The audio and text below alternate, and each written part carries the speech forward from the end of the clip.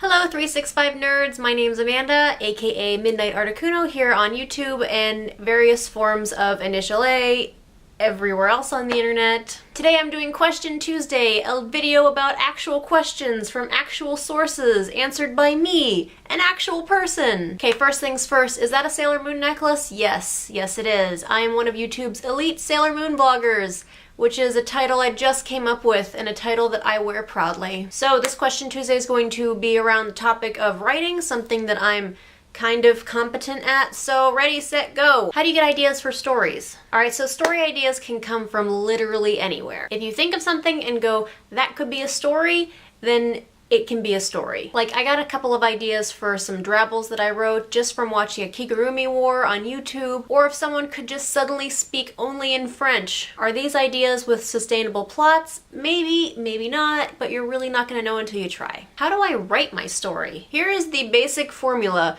for any story that exists ever. Someone, or multiple someones, is trying to find something. Meaning, treasure, love, money, anything at all. Commercial success, the person finds the thing. Literary success, the person doesn't find the thing, but they learn life lessons along the way. What if I get writer's block? Writer's block happens. Anybody who tells you anything else is full of shit. They might not say that they get writer's block, rather, my creative brain gets tired, but that's still kind of the same thing. It's like how trees lose their leaves in the fall and the winter, and then in the springtime they grow with new leaves and plants and everything comes back to life. That is how your creative brain works. If you are having trouble writing, stop and go do something else for a while. Go take a walk, listen to music, read a book, watch some TV, go on Tumblr, go bake something. The wonderful thing about the human brain is that even if you're not actively thinking about something, especially a problem that you're having, your subconscious brain is still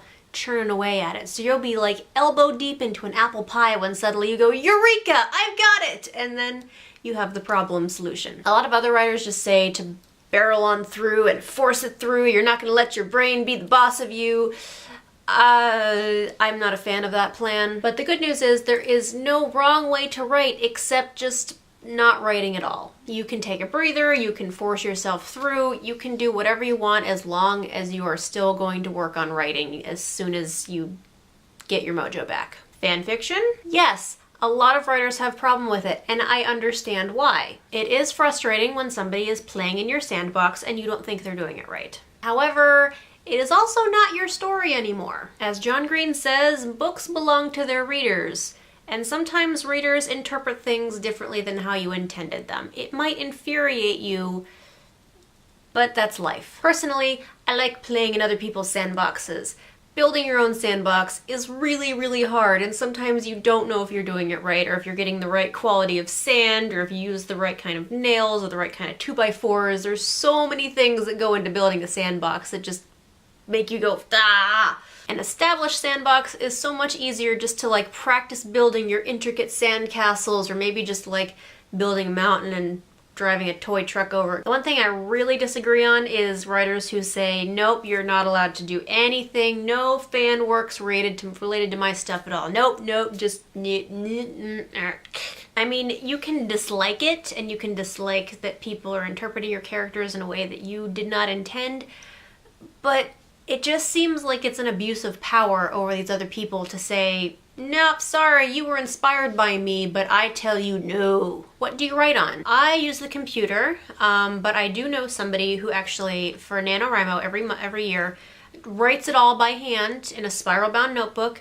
and then keeps a word count for each page at the top of the page, and then in December actually types it on the computer and does revisions then, and I get carpal tunnel just thinking about it. Any other advice? Don't be afraid of all the little points in between your beginning and your end. It's a big, big world to play in. Just dive right on in. Write down scenes as you think of them, even if it's just a little, we're throwing dough balls at each other in the kitchen while we're baking cookies. Write that down. You might be able to fit that in somewhere. If you can't, you still have a little funny image to think of every once in a while. And do not be upset when your story starts veering in a direction that you did not originally intend it to go in.